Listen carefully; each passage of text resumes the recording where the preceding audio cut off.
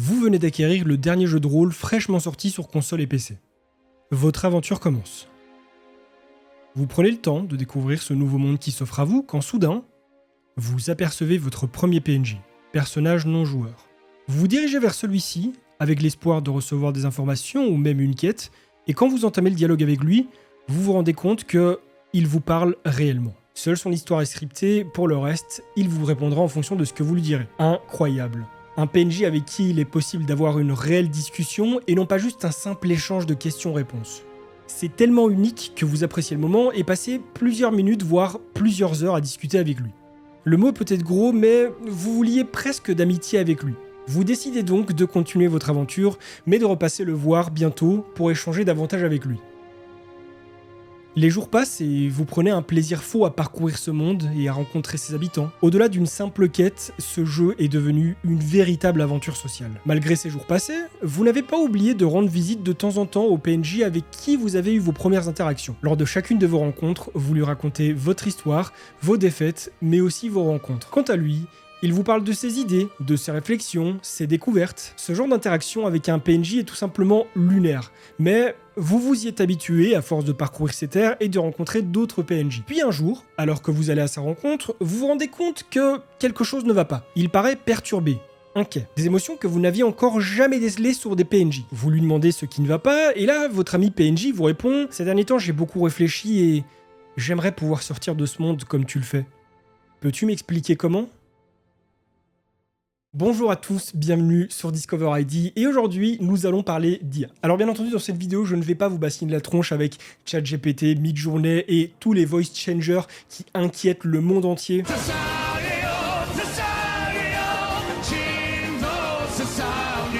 Mais par contre, avant de nous plonger dans le vif du sujet, il y a bien une chose avec laquelle je vais vous bassiner un court instant. Le sponsor de cette vidéo qui est Ursidiki, qui sponsorise ma chaîne depuis maintenant quelques années. Donc Ursidiki, c'est un site sur lequel vous allez trouver des clés de jeu, des clés software, et nous, ce qui nous intéresse surtout, ce sont les clés Windows. On peut y trouver des clés Windows qui ont pour particularité d'être moins chères que sur le site officiel et chez les intégrateurs PC. Donc voilà, si un jour vous êtes en déj de clés Windows sur ce site, vous allez en trouver pour moins cher. C'est instantané en fonction du moyen de paiement que vous allez utiliser. Par exemple, si vous passez par Visa, PayPal, tous ces trucs qui se font directement, vous allez recevoir votre clé directement. Et c'est là l'un des avantages par rapport à d'autres vendeurs sur d'autres sites qui certes vont vous les vendre peut-être moins cher, mais où vous les aurez peut-être pas directement, voire peut-être jamais pour certains. Ici voilà, une fois que vous voulez acheter votre clé, dans la petite barre de code promo en dessous, vous rentrez le code DDVIP, vous aurez donc 25% de réduction sur votre clé. Une fois que votre clé est achetée, vous avez qu'à aller dans votre user center, vous ne recevez pas la clé par mail, vous chopez la clé, vous la rentrez dans Windows et le tour sera joué. Ça peut arriver que vous ayez un petit souci, une clé qui soit pas valide. À ce moment-là, faut pas paniquer, vous ne vous êtes pas fait arnaquer, je vous rassure, il suffit tout simplement de vous adresser au petit live chat qui se trouve en bas à droite du site, vous leur exposez votre problème, ils vous changeront la clé et le souci sera réglé. Un tout grand merci à Ursidiki de sponsoriser ma chaîne depuis si longtemps et maintenant on retourne au sujet principal. Même si toutes ces IA sont à l'origine de tout ce qui risque de suivre dans les années à venir,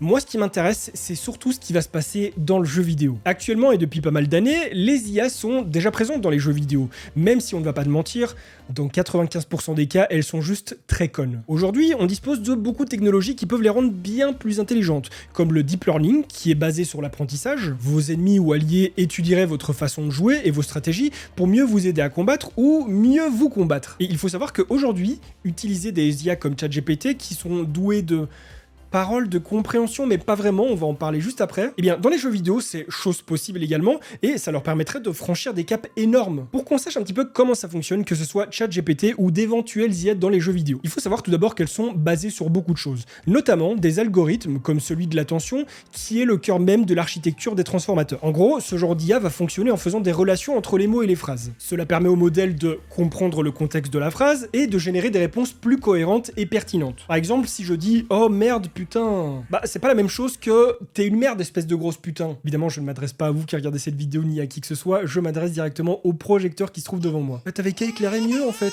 Ah non, commence pas à pleurer Timothée, on en a déjà parlé hein. T'es un projecteur, tu ne parles pas, tu ne pleures pas, tu éclaires. En gros, à chaque fois que vous vous adressez à une IA, elle prend tous vos mots, toutes vos phrases, elle les analyse, elle les assemble, et même leur contexte et leur ponctuation pour pouvoir comprendre où vous voulez en venir. Et le plus intéressant dans l'histoire, c'est qu'elle le fait de manière presque instantanée. Et encore heureux, sinon ce serait assez long de dialoguer avec. Cependant, comprendre est un bien grand mot. Car en effet, les IA ne comprennent pas ce qu'elles décodent ni ce qu'elles répondent. Une IA n'a ni pensée, ni sentiment, ni conscience. Par exemple, une réelle embrouille avec une IA est actuellement impossible. Ce qui peut y ressembler n'est qu'une combinaison d'architecture comme celle que je viens de citer et de la manière dont vous allez entraîner votre IA pour avoir un résultat ressemblant à une embrouille. En gros, vous pouvez totalement entraîner votre IA à vous dire voilà, si je dis ça, tu réponds ça, si je fais ça, tu fais comme ça, et au bout d'un moment, on peut simuler une sorte d'embrouille. Mais jamais une IA n'ira vous dire écoute, frérot, arrête de me poser tes questions à la con, ça m'énerve, je ne veux pas parler de ça. Une IA, elle vous répond, et si elle a été programmée pour ne pas vous répondre, elle vous dira je ne suis qu'une IA, je ne suis pas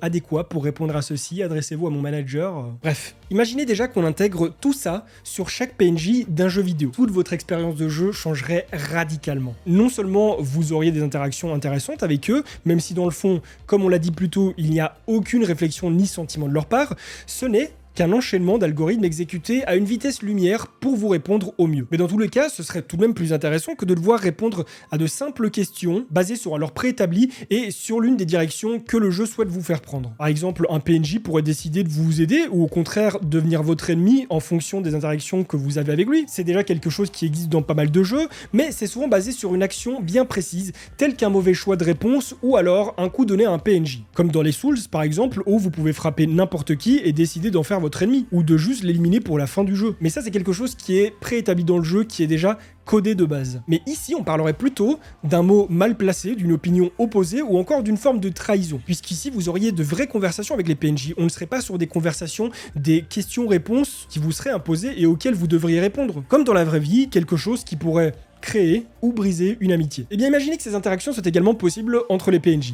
Par exemple, dans les Sims, on peut déjà voir des personnages interagir entre eux et souvent, il y a des répercussions, indépendantes ou non de votre volonté. Ils peuvent s'apprécier, plus ou moins, alors que vous n'avez absolument rien fait. C'est déjà une forme d'interaction libre, une IA, mais c'est encore très limité. Donc, poussons les choses plus loin. Vous êtes en discussion amicale avec deux PNJ. L'un vous apprécie et l'autre vous déteste secrètement à cause de quelque chose que vous auriez dit devant lui et que lui n'aurait pas apprécié. Après cette discussion, vous reprenez votre route et pendant que vous n'êtes pas là, celui qui vous déteste va bourrer le crâne à l'autre qui, de base, vous appréciait pour le remonter contre vous. Et lorsque vous y retournez, les deux PNJ vous sautent dessus et vous défoncent. Ils vous maravent la gueule. Celui qui autrefois était avec vous de votre côté a complètement changé d'avis parce que l'autre lui a bourré le crâne. Et ça ne faisait pas du tout partie du script du jeu. C'est tout simplement les PNJ qui l'ont décidé entre eux pendant que vous n'étiez pas là. Avant de poursuivre cette vidéo, je tenais à vous rappeler que si ça vous plaît, vous pouvez vous abonner à ma chaîne pour suivre d'autres vidéos de ce genre et laisser un petit j'aime sur celle-ci pour me soutenir davantage. Tout ça c'est gratuit et oui, ça me soutient beaucoup. Alors, il est vrai que ça ne colle pas réellement à ce que j'ai dit un petit peu plus tôt sur le fait que les IA n'ont pas de réelle réflexion ni de sentiments. Et pourtant, il existe une expérience qui a démontré ce genre de comportement de la part de certaines IA. Des développeurs ont créé une sorte de petite simulation totalement gérée par IA nommée Interactive Simulacra of Human Behavior.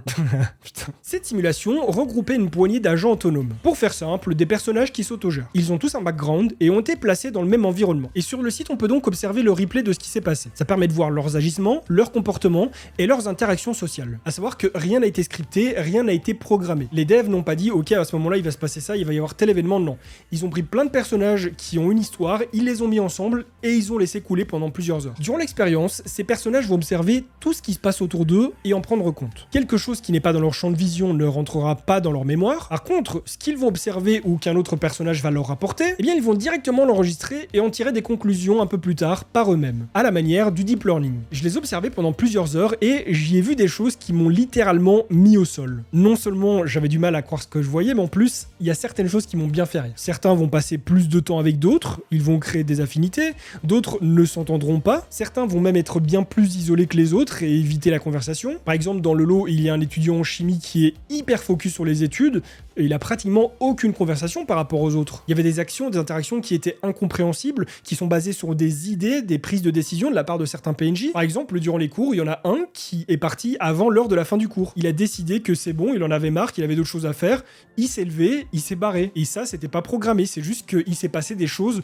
dans le déroulement, dans la vie de ce PNJ au préalable. Soit il avait quelque chose de prévu après, soit quelque chose l'emmerdait, soit il n'arrivait pas à se concentrer, à les savoir, et ça a fait qu'il a décidé de partir sans que personne ne lui ait rien demandé. Ni un autre PNJ dans le jeu, ni un script. Et ce que j'ai fait, c'est que comme j'arrivais pas forcément à tout regarder en même temps, à tout analyser. Je suis allé voir des vidéos sur YouTube où il y avait des gens qui parlaient un petit peu de ce jeu, qui parlaient de comment ça fonctionnait et de certains événements qui avaient eu lieu. Et je suis tombé sur la chaîne Underscore où à un moment, Micode expliquait un truc qui m'a fumé. La simulation commence un 13 février, donc le lendemain, le 14, c'est la Saint-Valentin. Et dans toutes les IA qui sont dans cette simulation, il y en a une qui va décider d'organiser une petite fête pour la Saint-Valentin. Elle va inviter une dizaine de personnes et sur cette dizaine, moins de la moitié va s'y présenter. Pourquoi ? Parce qu'elles avaient d'autres choses à faire, parce qu'il y en a d'autres qui ont organisé aussi leur fête de leur côté. Et même si dit comme ça peut vous paraître trop con, en fait quand on réfléchit au fait que rien n'a été scripté, on se rend compte que les IA peuvent reproduire des situations qui peuvent avoir lieu dans la vraie vie sans qu'on leur demande absolument rien. C'est incroyable. Bref, des comportements autonomes et des interactions. Tout ce qu'on peut donc observer dans la vraie vie à quelques détails près. Tout à l'heure je parlais des Sims. Eh bien, imaginez maintenant ce genre d'IA dans les Sims. Par exemple, actuellement,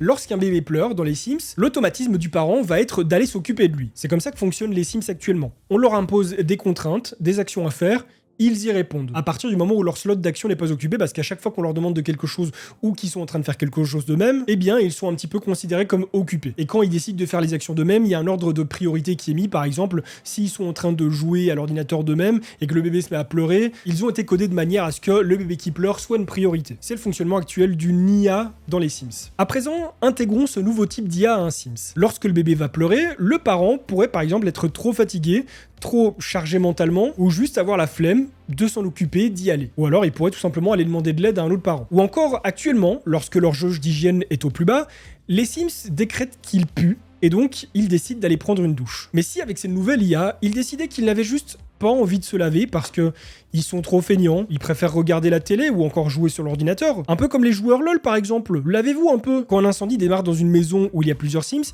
ils vont tous aller devant l'incendie et se mettre à crier, à hurler. Et il y a la possibilité qu'il y en ait un ou plusieurs qui prennent un extincteur et qui commencent à essayer d'éteindre le feu. Imaginons maintenant cette même situation, sauf que au lieu qu'ils aillent tous crier dans le feu, il y en a qui vont prendre leur voiture et détaler, il y en a qui vont se foutre devant le feu et filmer parce qu'ils seront trop accros aux réseaux sociaux, il y en a qui pourraient juste s'en foutre parce qu'ils sont complètement fous. Les exemples sont presque infinis. Chaque action pourrait être établie ou non en fonction de la décision prise par le Sims. Il suffirait juste de lui attribuer un background, donc un passé, une personnalité comme tout ce qui se fait déjà actuellement, et sans même que vous touchiez à quoi que ce soit, tout pourrait tourner super bien ou être bordélique. Et pourtant, encore une fois, une IA n'a ni pensée, ni sentiment, ni émotion. Aussi étonnant que ça puisse paraître, elle est capable d'agir comme si c'était le cas. Mais évidemment, ça ne leur donne toujours pas d'émotion, car les émotions sont créées par des réactions impliquant les neurotransmetteurs, les hormones et d'autres substances chimiques dans le cerveau et dans le corps. Cependant, ça aussi, une IA elle le sait. Certes, elle est dépourvue de conscience, mais peut simuler des émotions humaines, reconnaître des émotions humaines et reproduire des phénomènes biologiques. Elles peuvent même se poser des questions éthiques et philosophiques. Alors même si dans les termes, oui, elles sont dépourvues de pensée, oui, elles sont dépourvues d'émotions, ne sont-elles pas pourvues d'équivalent ? Faisons encore un petit peu tourner notre imagination. Vous parcourez un jeu solo, multijoueur,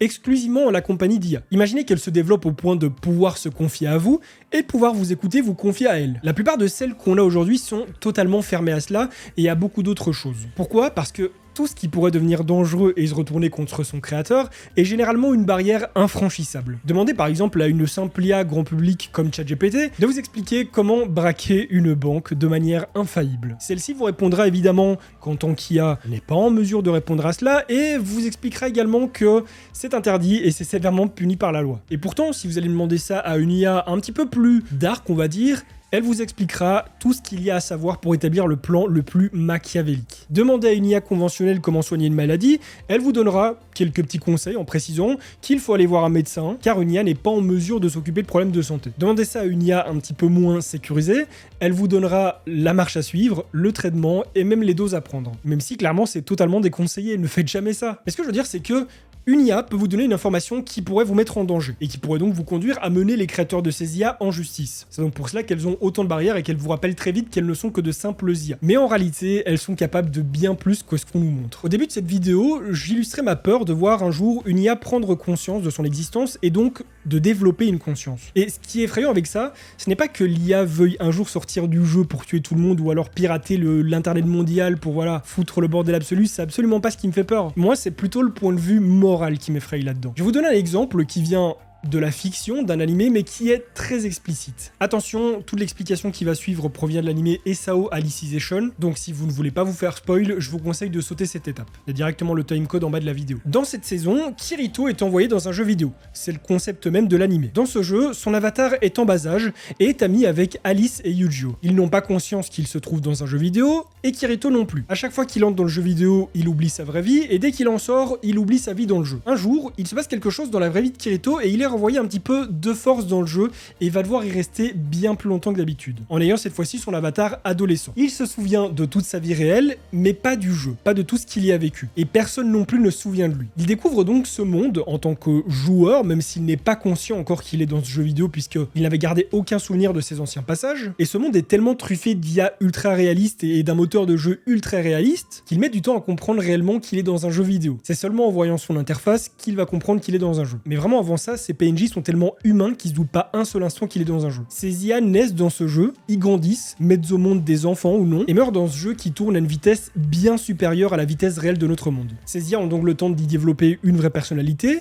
une vraie conscience, sous les yeux des développeurs du jeu. Quelques épisodes plus loin, on va apprendre qu'un PNJ a tellement mal tourné, puisqu'il est en quelque sorte psychopathe, va pousser la magie qui est offerte par le jeu tellement loin dans le vice qu'il va découvrir qu'il y a un code dans ce monde. Et va donc découvrir qu'il est dans un jeu, qu'il y a un moyen de cheater, et qu'il y a également des humains qui gèrent ce monde. Ce PNJ finira donc par se nommer Administrator. Et Administrator va décider de gouverner ce monde, de devenir immortel, d'y appliquer une dictature et de foutre un petit peu le sbeul. On voit déjà les proportions que ça prend. Hein. Kirito, qui vient du monde des humains, finit dans un jeu vidéo et met du temps à comprendre que c'est un jeu vidéo tellement c'est réaliste. Il y passe plusieurs années puisque le jeu vidéo tourne beaucoup plus vite que la réalité, et donc va s'y faire des amis comme Alice, Yujiro et plein d'autres, mais vraiment son bro ça va être Yujiro. Il va donc devoir combattre Administrator, ce PNJ qui a pété un câble, qui a hacké le jeu et qui veut en sortir. Il va voir son meilleur pote, son bro Yujiro, mourir sous ses yeux. Et Kirito sera choqué puisque, je le précise, il est resté bloqué dans ce monde plusieurs années et est devenu super pote avec lui, malgré que c'était une IA. Lorsqu'il sortira vainqueur du combat contre cette cinglée d'Administrator, il va donc péter un énorme câble sur les développeurs qui font tourner cette espèce de jeu, de machine de simulation, et le font en toute âme et conscience, sachant que dedans il y a en quelque sorte des vies, certes numériques, digitales, qui n'existent pas, mais des consciences. Et certes, tout ça sort de la fiction, d'un dessin animé. Ce n'est pas réel, mais moi, personnellement, je trouve que ce point de vue fait froid dans le dos. Peut-être que du vôtre, vous ne prenez pas conscience de là où je veux en venir, donc laissez-moi vous exposer la situation de manière très concrète. On vit dans un monde où des humains, comme vous et moi, peuvent souffrir de maladies physique, mentale, où il y a des guerres et où les inégalités sont grandes. Des choses que les gens normaux comme vous et moi aimeraient régler si on en avait le pouvoir, contrairement à ceux qui l'ont. Et puis, qui sait ? Soudainement, un jour, vous vous réveillerez et on vous apprendra que tout ça n'était qu'un jeu, un simulateur dans lequel vous étiez, et qui tourne encore en votre absence car tous les PNJ qui sont présents ont bel et bien un équivalent à une conscience. Comment réagiriez-vous ? Toutes les joies, les souffrances que vous avez endurées, mais aussi celles de vos proches qui ne sont qu'en fait des PNJ, ou alors peut-être d'autres joueurs qui sont plongés dedans, ou peut-être même qu'ils y sont morts. Comment le prendriez-vous ? Quel impact ça aura sur votre santé mentale ? D'un côté, on se dit que c'est impossible, que ce n'est que de la science-fiction pure et dure, et pourtant, on n'a jamais été aussi proche de toutes ces choses. Hier encore, il était impossible de pouvoir changer sa voix en temps réel de manière à tromper les gens. Et pourtant, aujourd'hui, c'est à la portée de n'importe qui. C'est probablement aussi très illégal, mais c'est possible. Et du coup, non seulement on peut changer de voix de manière très efficace, mais en plus de ça, prendre scène d'un autre. Et là, clairement, c'est pas un enregistrement, c'est pas un doublage, c'est une voix qui modifie en temps réel. Est-ce que vous pensiez ça possible il y a encore quelques mois, quelques années ? Et pourtant, aujourd'hui, on y est. Aujourd'hui, on a des IA qui se développent pour plein de choses. Alors pourquoi à ça on n'y arriverait pas dans 10 ans, dans 5 ans, dans 2 ans ? Les choses vont tellement vite, les IA ont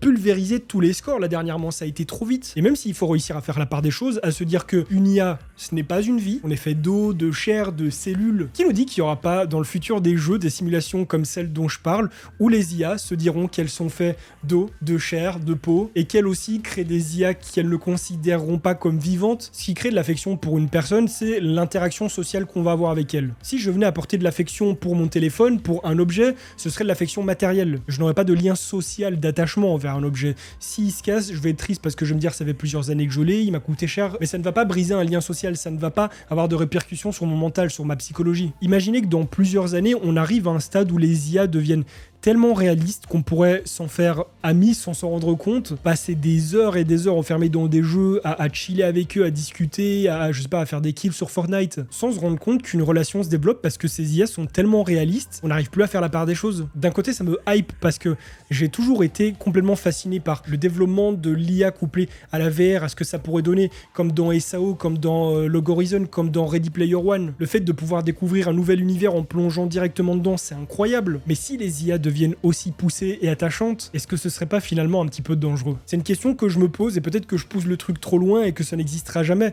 Mais ça avance tellement vite en ce moment, ça évolue tellement à une vitesse éclair que j'arrive pas à me dire que ça ne pourra pas exister un jour. Et que même si actuellement on pense qu'on arrivera à faire la part des choses, que sur le moment on va bien différencier humain d'IA, est-ce que sur le moment même ce sera vraiment le cas? Parce qu'une fois que vous êtes dans un jeu en toute conscience que vous êtes dans un jeu, vous savez qu'en face de vous, vous avez un PNJ, une IA. Mais si on ne vous expliquait pas, que vous ne le saviez pas par exemple, la part des choses ne pourrait pas être faite si l'IA est aussi réaliste que je le dis. Et je trouve que c'est un sujet fascinant, je trouve ça incroyable, mais en même temps, ça fait très peur. Encore une fois, ce n'est qu'une idée, une théorie, quelque chose qui sort de mon imagination. Peut-être que certains partagent cette idée, peut-être que d'autres se disent que c'est une idée d'illuminé, que je suis un peu fou. Je trouve ça fascinant et même si on n'arrive pas aussi loin, que voilà, on n'arrive pas à se rendre dans les jeux directement, que ça c'est encore plus technique, ça dépasse l'IA, c'est vraiment très très loin. Si on arrive à avoir des IA aussi développées dans un jeu standard, qu'on joue avec la manette comme on le fait actuellement, ou même avec un casque VR, ça changerait absolument tout, ça grandirait tellement l'expérience de jeu, les possibilités, le jeu deviendrait presque infini. Et ce qui est fou, c'est que au-delà d'explorer le jeu et d'aller d'un PNJ à l'autre, on pourrait totalement le parcourir avec eux et ça ce serait fou. Les heures de jeu seraient prolongées, les heures de discussion. Comme je l'ai dit, ce ne serait plus de simples jeux, mais littéralement des réseaux sociaux. Ce serait fou. Ce serait fou et j'aimerais qu'un jour on en arrive à ce stade-là. Et j'y crois fort. N'hésitez pas à me dire dans les commentaires ce que vous en pensez. Peut-être que c'est aussi votre idée, peut-être que vous trouvez ça complètement con. Mais en tout cas, ça m'intéresse, donc l'espace commentaire est là pour ça. Si cette vidéo vous a plu, je vous invite à la liker et à la partager pour me soutenir, à vous abonner à ma chaîne YouTube sans oublier de cliquer sur la petite cloche pour recevoir des notifications lorsque je vais sortir de nouvelles vidéos, à vous abonner également à ma chaîne secondaire où je mets des reviews et des bons plans hardware et tech, à regarder d'autres de mes vidéos qui s'affichent actuellement à l'écran. Et sur ce, on se retrouve très bientôt pour une nouvelle vidéo. En attendant, portez-vous bien. Bye les gens.